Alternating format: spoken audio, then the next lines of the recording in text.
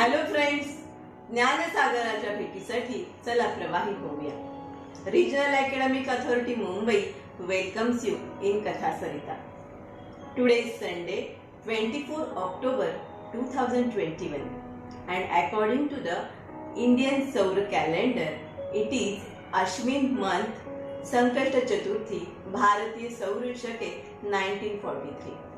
24 October has been celebrated United Nations Day since 1948, and today is World Development Information Day, and 24 October is World Polio Day. And friends, 24 October is the birth anniversary of Captain Lakshmi Sehgal. So friends, let's listen the story of Captain Lakshmi Sehgal.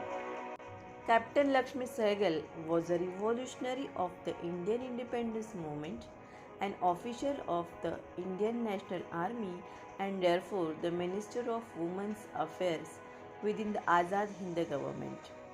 Sehgal is often mentioned in an India as Captain Lakshmi.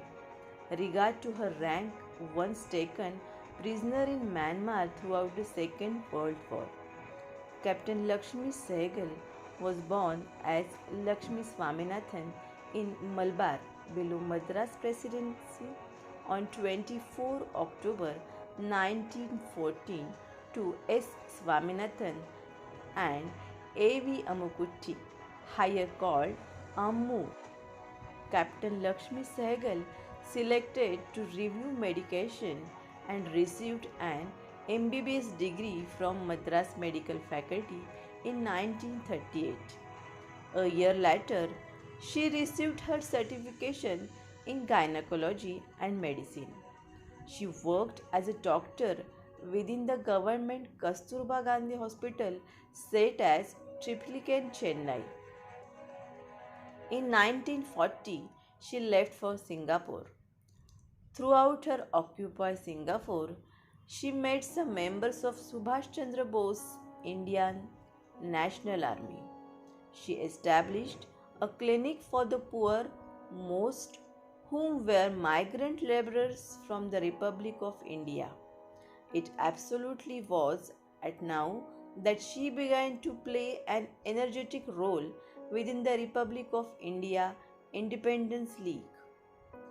In 1942, throughout the surrender of Singapore by the British to the Japanese, Sehgal assisted wounded prisoners of war, several of whom were fascinated by forming an Indian Independence Army. Indian National Army or Azad Hind Fauj, however, received no firm commitments or approval from the occupying Japanese forces relating of their participation within the war. It was against this scenery that Subhash Chandra Bose arrived in Singapore on 2nd July 1943. Within the next few days, his public conferences, Subhash Chandra Bose spoke of his determination to boost a women's regiment which might fight for Indian independence and create it completely. Lakshmi had detected that Bose was keen to draft ladies into the organization and requested gathering with him.